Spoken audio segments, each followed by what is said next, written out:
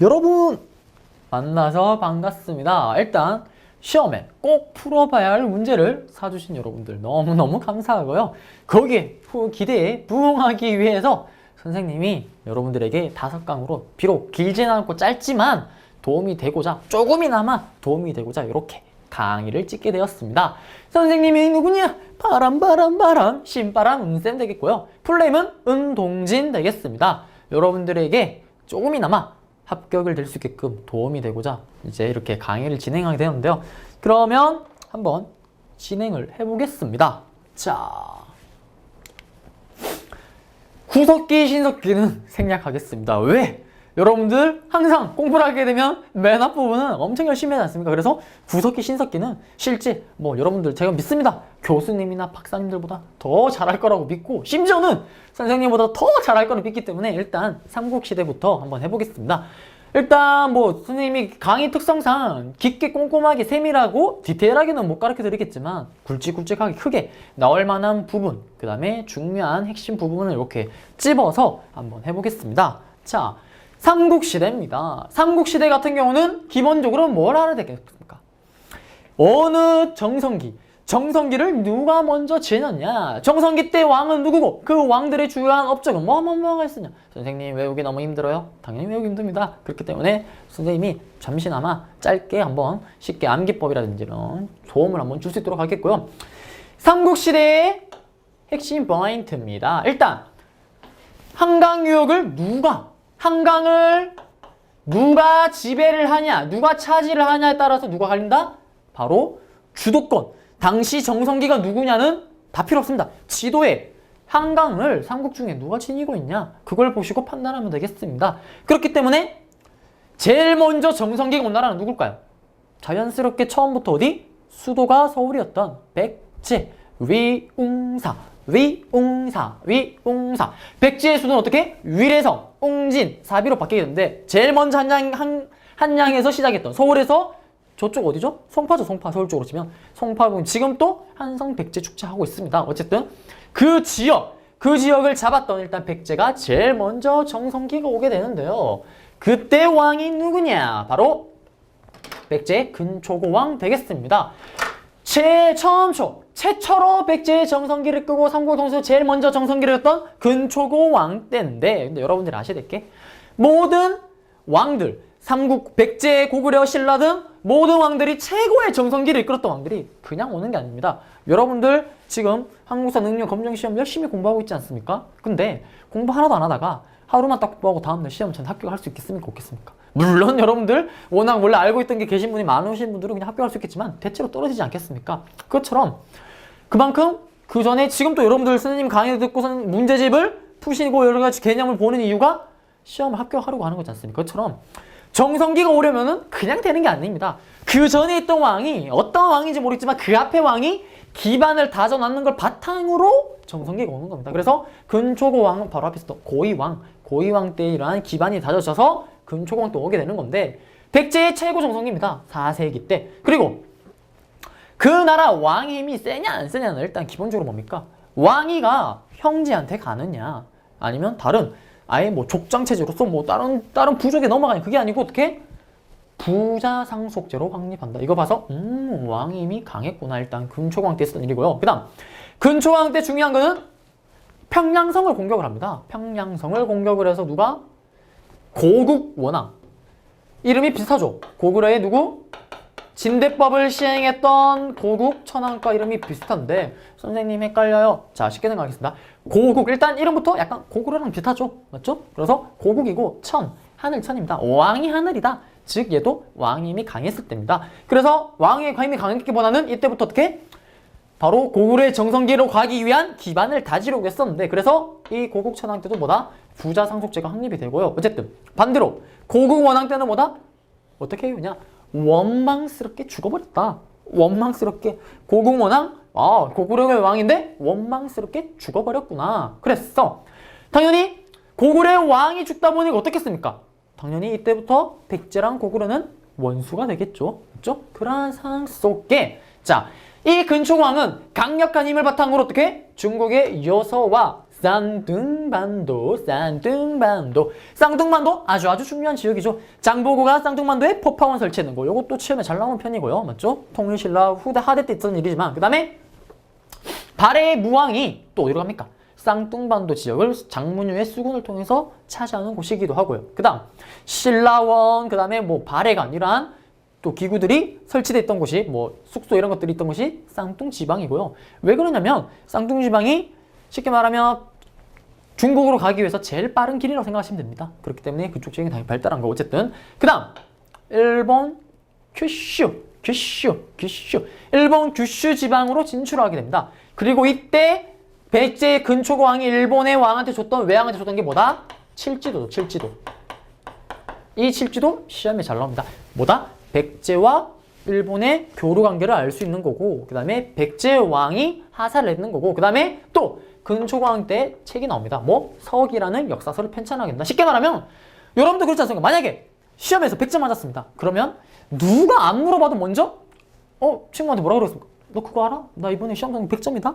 만약에 점수가 낮으면 얘기하지 않겠죠. 먼저 물어보기 전에는. 똑같습니다.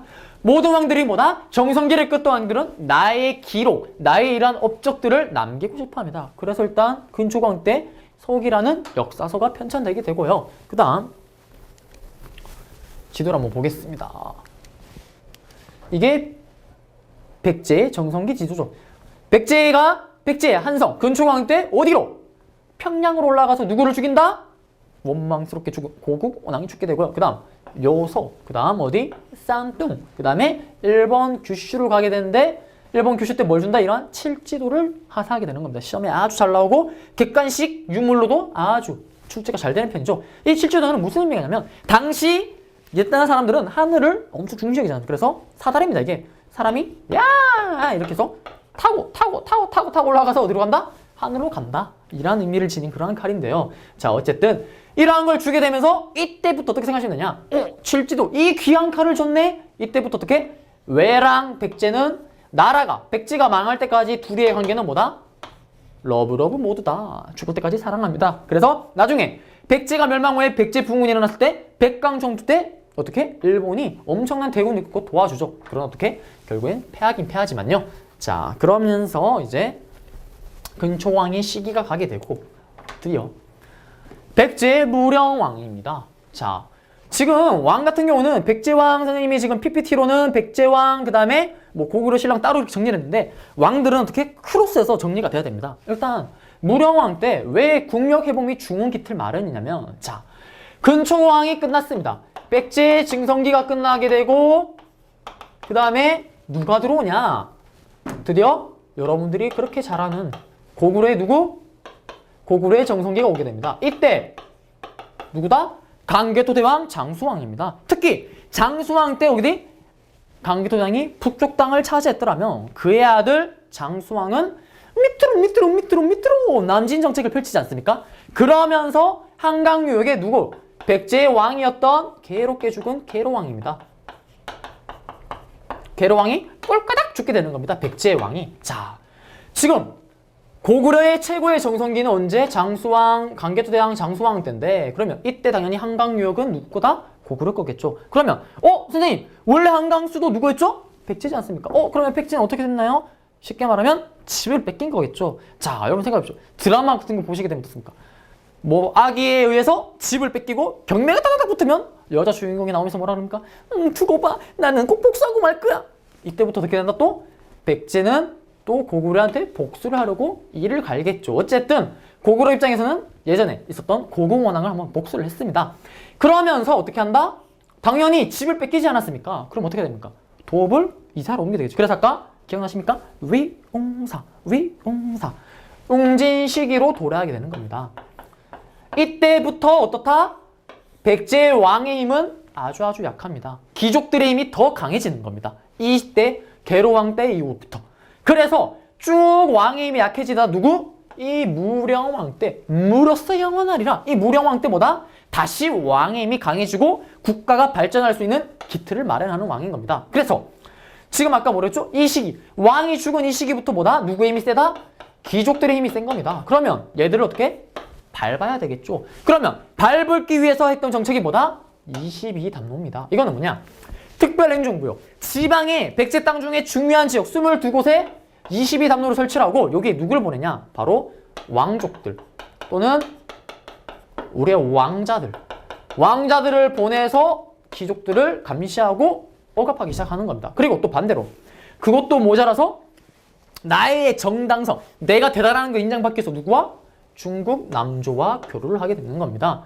그래서 이 중국 남조와 교류를 했다는 증거가 뭐다? 양직공도와 무령왕릉입니다.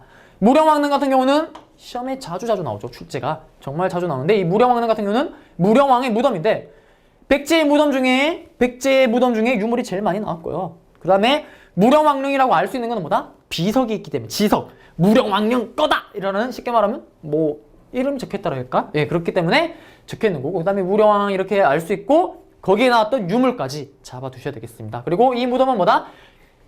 삼국시대 때 무덤 스타일은 보통 초기에는 돌무지 무덤, 그 다음에 신라는 돌무지 덧넣은 무덤에서 마지막 단계는 뭐다?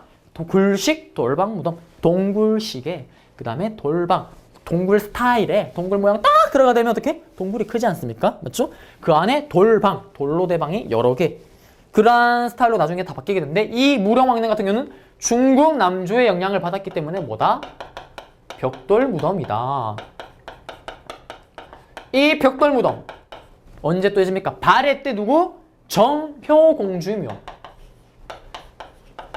정효공주묘가 중국 당나라의 영향을 받아서 벽돌 무덤 스타일이고 중국 영향을 받아서 반대로 정해공주묘는 발해의 정해공주묘 나중에 뵙지만 이거는 고구려 개석 굴식 돌방 무덤입니다. 그래서 이거는 나중에 여러분들이 헷갈리면 위에 발해라고 써주시면 이거는 발효, 이거는 발해, 이거는 고구려 계승, 이거는 당나라 계승, 이거는 뭐 발해할 때 여러분들 그렇게 암기하시면 되겠고 지금이랑 뭐 특별히 관련은 없지만 그 다음 양직공도 같은 경우는 뭐냐? 양나라에 직접 공물을 갖다 바치러 가는 그림인 겁니다. 백제 사람들이. 즉 특산물 이런 공물을 친선 차원에서 사절 차원에서 갖다 바치러 가는데 그때 왔던 백제의 사신의 모습을 중국 당시 양나라에 있던 그림을 그리는 사람들이 그걸 보고 왕에게 갖다 바치러 왔는 거를 그 모습을 그린 겁니다. 그러한 그림을 통해서 뭐다? 당시 백제인이 양나라와 교류를 했었고 이러한 옷까지 입었구나. 그걸 알 수 있는데요. 그림을 봅니다. 보게 되면 이게 양직공도의 그림이고요. 그 다음에 이게 벽돌무덤 스타일인 무령왕릉 되겠습니다. 그래서 옛날에 백제인의 모습. 이 두 개의 사진, 문화재의 그림 같은 경우도 어떻죠? 시험에 아주 자주 나옵니다. 그렇기 때문에 꼭 또 기억을 하셔야 되겠고요. 그 다음 무령왕에 이어서 다음에 왕이 되는 사람이 누구다? 백제의 성왕입니다. 무령왕이 성왕의 파파입니다. 파파. 자, 이러한 성왕은 성왕 때보다 백제의 거의 사실상 마지막 정성기가 옵니다. 성왕은 어떻게 알아? 아까 최초로 정성기가 왔던 근초고 왕에 이어서 괴롭게 죽은 괴로왕이 죽은 이후 어떻게? 왕의 힘이 약화된 걸 다시 왕의 힘을 강하게 했던 게 누구다? 무령왕이었다면 무령왕의 아들 성왕 때는 번성한다 다시. 자, 번성하는데 어떻게?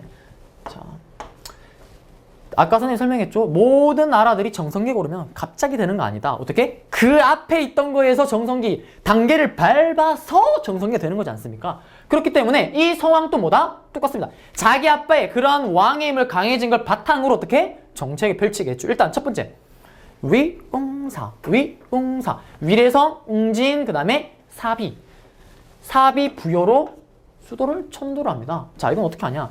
아까 우리 처음 이사를 웅진에서 위웅사 한성에서 웅진 가지 않았습니까? 쉽게 말하면 생각지도 못하게 집을 뺏긴 겁니다. 그럼 어떻게? 도읍을 급하게 잡았겠죠. 그런 상황 속에 이제 시간이 있어서 어떻게? 왕의 힘이 강해지니까 바로 사비로 이사를 합니다. 자, 이사를 하면 여러분들 어떻습니까? 여러분들 이사하면 인테리어 새로 해야죠. 나라의 이름 뭐다? 남부여라고 고칩니다. 자, 선생님 왜 남고구려는 아닐까요? 자, 이미 고구려는 그 전에 이미 원속 한계죠. 부여, 고구려도 그렇고 일단 백제도 그렇고 기본 큰 뿌리는 어디서 왔습니까? 부여에서 나온 거지 않습니까? 그래서 일단 남쪽에 있다. 그래서 남부여라고 했고요. 그 다음에 이때 나제 동맹이 결렬됩니다. 또 이거는 또 무슨 말이냐? 이거는 조금 이따 진흥왕 때 설명해 드리겠습니다. 신라와 백제의 동맹이 그 전에 고구려가 너무 강하지 않습니까? 강개토대왕, 장수왕, 정성기 때. 그럴 때 남진 밑으로 내려오니까 자기들끼리 혼자서는 감당이 안 되니까 어떻다? 백제랑 신라가 동맹을 맺는데 이 동맹이 성왕 때 깨지게 됩니다. 그리고 이거는 조금 다시 설명할 거고 중국 남조와 교류했었다. 백제, 성왕도 똑같이 자기 파파와 같이. 이러한 상황 속에 성왕이 결국 누구한테? 진흥원한테 죽게 되면서 백제는 암흑기로 쭉 떨어집니다. 이제 의정왕 때 결국 멸망하게 되지만요. 그래서 그러한 상황이 어떻게 발생했냐? 이거는 신라 진흥왕 때문에 설명하겠습니다. 일단 먼저 고구려의 강개토대왕 근초왕 백제의 장성기가 끝난 후 드디어 넓은 영토를 차지한 강개토대왕이 집권하게 됩니다. 그러면서 여러분도 알다시피 엄청난 땅을 차지하죠. 한강을 다 차지하지 않습니다. 어디? 한강 이북 땅만. 그 다음에 만주와 요동을 석권하고요. 그 다음 신라에 침입한 외국 격퇴, 내무랑의 요청인데 이거는 좀 더 설명하고 그러한 상황 속에서 뭐라고 한다? 나의 이름을 영락. 쉽게 말합니다. 저 동진이는요. 저 영락은 쉽게 말하면 우리나라 최초의 독자적 영어인데 이거는 무슨 말이냐? 그 어떤 나라의 영향도 받지 않는다. 중국, 네 아무리 힘이 세? 넌 너고 난 나다. 너랑 나랑은 대등하다. 영원히 즐기겠다. 누가? 강개토대왕이 나는 이걸 영원히 즐기겠다. 이러한 상황 속에서 내무랑 요청이 나왔습니다. 자, 이거는 뭐냐? 이거는 내무랑 때 설명했는데 미리 지금 설명하겠습니다. 자, 신라의 내무랑 때 어떤 일이 있었냐면 내무랑이 집권하고 있을 때 신라로 누가? 백제와 플러스 일본이 신라를 공격합니다. 신라가 당시 힘이 제일 약했는데 백제 하나도 힘들어 죽겠는데 일본이 같이 쳐들어옵니다. 왜? 백제랑 일본은 언제부터? 근초고왕 때부터 죽을 때까지 러브 뭐더라 그랬죠? 둘이 쳐들어옵니다. 내무랑이 혼자 감당이 안 됩니다. 그래서 어떻게 내무랑이 전화기를 듭니다. 누구한테 전화 걸겠습니까? 고구려한테 전화를 겁니다.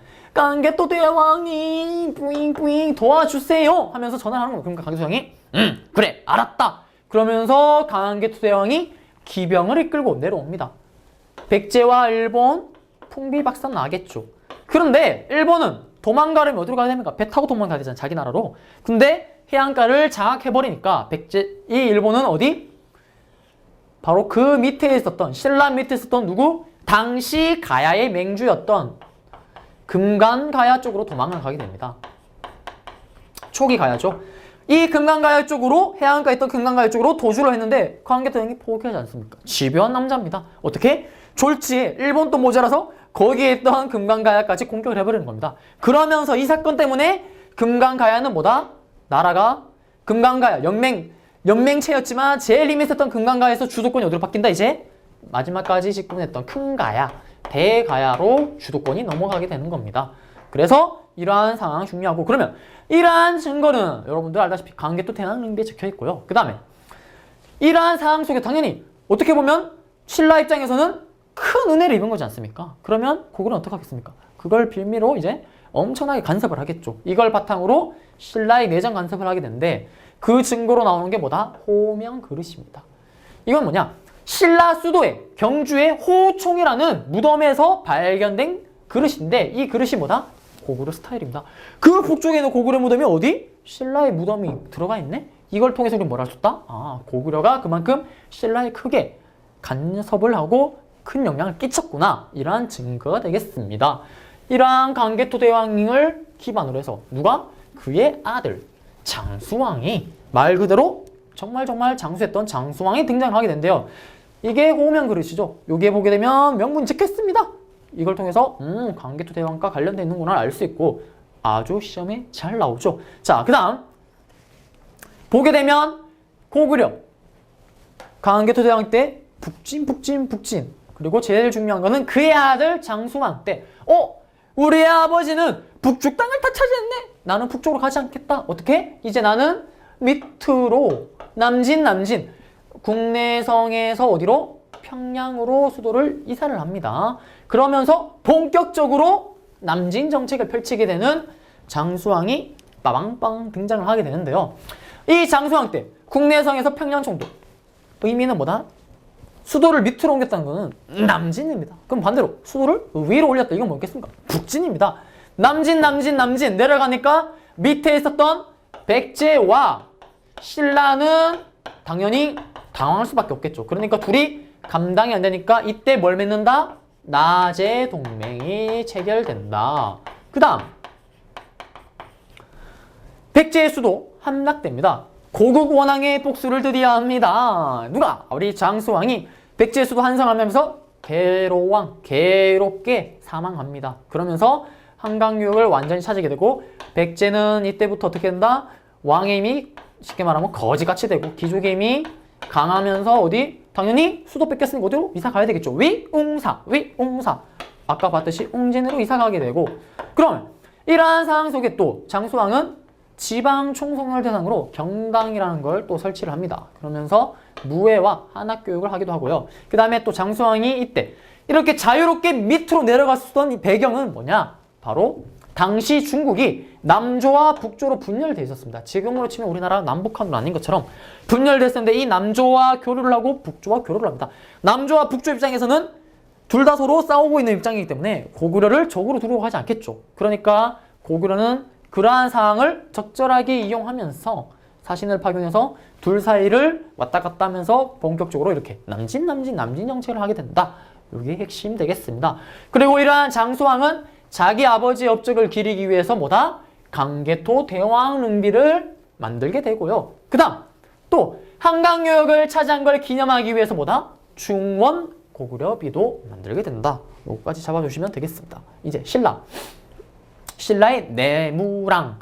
신라의 내무랑 아까 설명했었죠. 이 내용입니다. 백제가 오해가 연합해서 신라를 야호! 쳐들어왔습니다. 그래서 어떻게 한다? 감당이 안 되니까 강개토 대왕한테 뭐? 이름부터 그대로 내무를 갖다 바친다. 아리가또 도와주세요.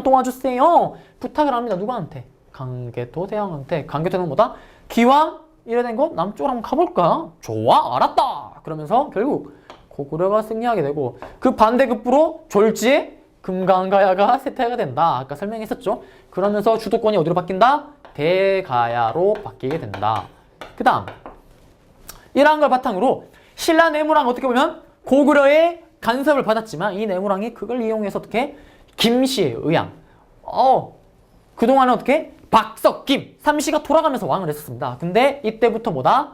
김씨에 의해서. 김씨만 왕이 되고 그 다음에 군장의 칭호를 아직도 왕이라고 하지 않습니다. 마립간으로 이제 바꾸게 됩니다. 이사금에서 마립간으로 칭호를 바꾸게 된다. 그래서 이러한 내무랑의 업적도 아셔야 되겠고요. 특히 아까 계속 나오던 이 고구려의 원군 요청, 백제와 일본, 그 다음에 가야의 변동, 이거까지 연동해서 시험에 아주 잘 나옵니다. 그렇게 되면 꼭 정리를 한번 하셔야 되겠고요. 그 다음 이러한 걸 바탕으로 이제 누가 정상기로 해야 되죠? 이제 신라입니다. 자, 나의 지식을 증명하고 싶어서 안달해놨던 지증왕 때 정성기로 가기 위한 기반을 다집니다. 쉽게 뭐 나라 이름을 신라, 여러분들이 지금까지 알고 그 신라, 그 다음에 드디어 왕이라는 단어를 쓰게 되고요. 그 다음 풍습 교정, 이건 뭐냐? 순장, 즉 옛날 그런 잘못된 이러한 풍습 등을 교정, 다시 바꾸는 거고 그 다음에 또 시장을 설치하는 건 아닙니다. 중요한 게 시장은 이미 옛날부터 있었습니다. 지증왕이 한 거는 뭐다? 시장이 수도 쪽에 경주 동쪽에 설치된 동시에 시장의 감독을 하는 동시전을 설치하는 겁니다. 시장은 이미 그 전에 설치가 됐었고 그 다음에 소를 통해서 농사를 짓는 우경, 소로 경작을 하는 우경이 본격적으로 시작이 되고요. 그 다음에 울릉도, 우상국, 울릉도를 누구를? 이사부 장군을 통해서 정벌을 한다. 지증왕 같은 경우는 뭐다? 나의 지식을 증명할 수 있어. 안달이 났는데 어떻게? 그렇게 강력한 힘은 없었다. 그래서 쉽게 할 수 있는 거. 나라 이름 바꾸기, 왕으로 하기, 그 다음에 어떻게?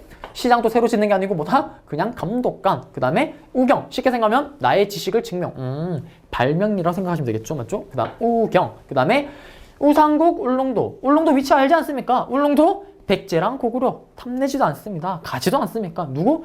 제일 가까이 있었던 신라, 지증왕 때 이렇게 정벌을 했었다. 왜? 다른 지역은 지증왕이 힘이 안 돼서 차지를 하지 못했구나. 왜? 지증왕 때 있던 일이고 그 다음 이제 법흥왕입니다. 법흥왕 때는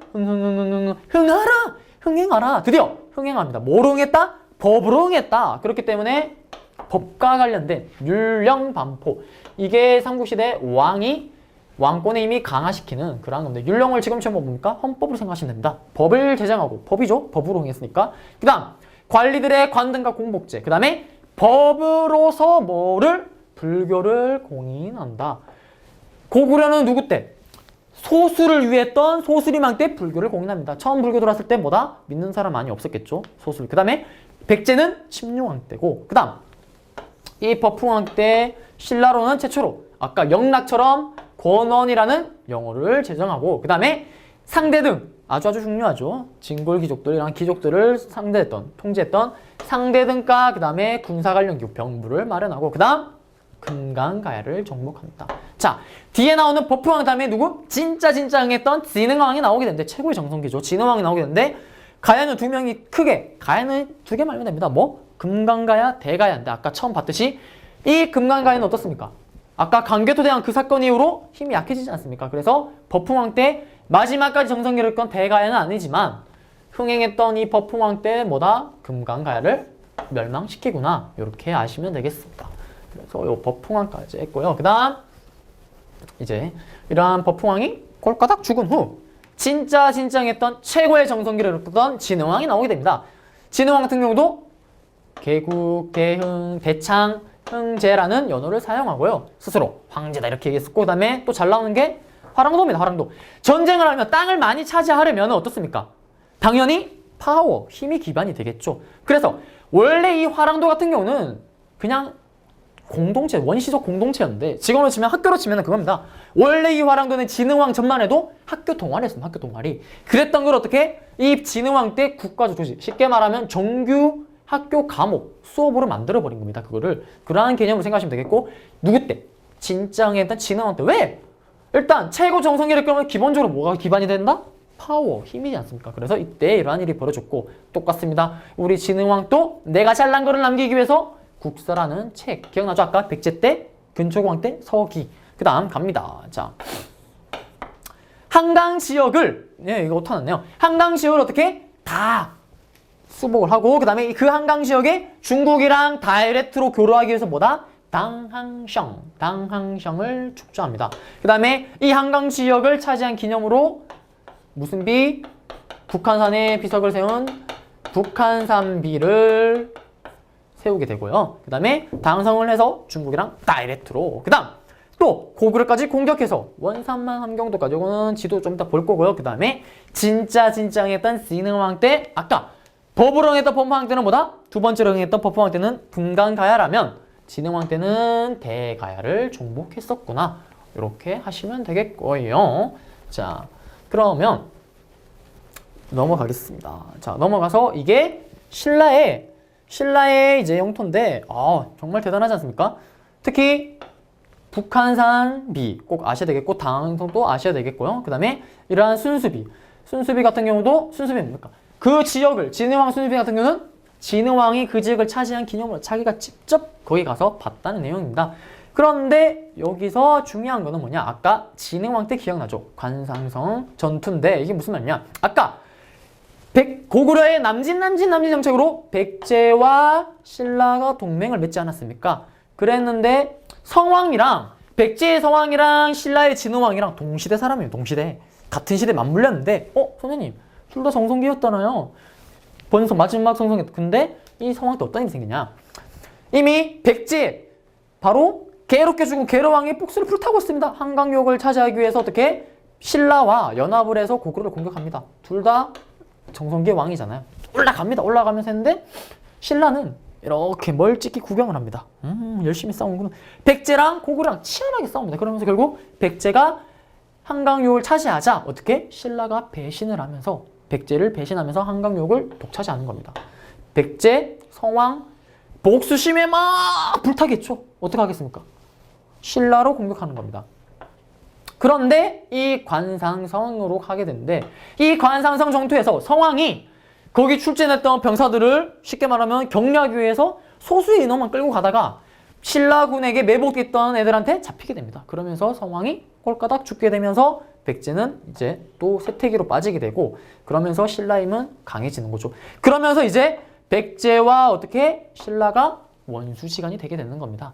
그래서 요 흐름 백제의 성왕과 진흥왕과 어떻게? 동시대 사람이다. 요거 꼭 아셔야 됩니다. 그래서 그 흐름 아셔야 되겠고 당연히 이때 백제가 어떻게?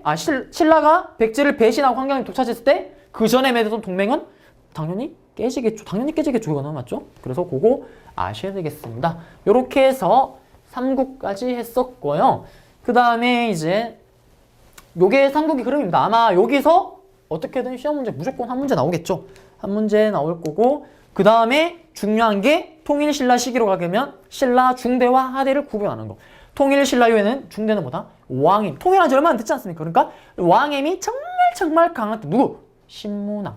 뉴스페이퍼 킹. 신문을 읽어서 아주 똑똑한 뉴스페이퍼 킹 때 왕임이 강했었고 이거의 반대급부로 신라가 망하기 직전 신라 하대로 가게 되면 어떻게 된다? 왕의 힘이 너무너무 약하고 귀족들의 힘이 강하고 그러한 것들을 바탕으로 지방에는 어떻게? 호족들이 내 스스로 성준이 장군이 난리를 치고 그러한 것들이 모순들이 결국 모여서 어떻게 한다? 그거에 반대급부로 이제 밑에 있었던 호족이랑 그 다음 육두품들이 힘을 합쳐서 신라를 멸망시키고 고려를 만들게 된다. 이러한 흐름. 특히 시험에는 신문왕 부분이랑 그 다음에 신라 하대 때 생활 모습 또 그것도 아주 잘 출제가 되니까 꼭 정리를 하셔야 되겠고요. 그 다음에 아까 문화재 같은 경우도 정리를 한번 해주셔야 되겠고 그 다음에 문화재 같은 경우는 나오는 부분은 나옵니다. 예를 들어서 아까 칠지도라든지 뭐 금동대학로 그 다음에 도교와 관련된 고구려 고문벽화라든지 이런 것들 잘 나오니까 그걸 꼭 정리 한번 해주시면 좋겠고요. 아마 아까 앞에 봤던 왕들을 따로따로 외우시면 절대 안 됩니다. 일단 업적 기본적으로 아셔야 되고 아까 진흥왕이랑 그 다음에 성왕의 관계 그 다음에 또 강개토대왕과 내무왕과 백제일본 가야와의 그 관계 특히 이거는 시험엔 정말 단골 손님이니까 다시 한번 정리를 한번 해주시면 좋겠습니다. 어쨌든 이렇게 해서 1강 한번 끝내봤습니다. 2강, 3강, 4강, 5강까지 해서 비록 짧은 강의지만 계속 선생님은 여러분들을 만나 뵙도록 하고요. 그러면 다음 강의에서 여러분들 보도록 하겠습니다. 수고하셨습니다.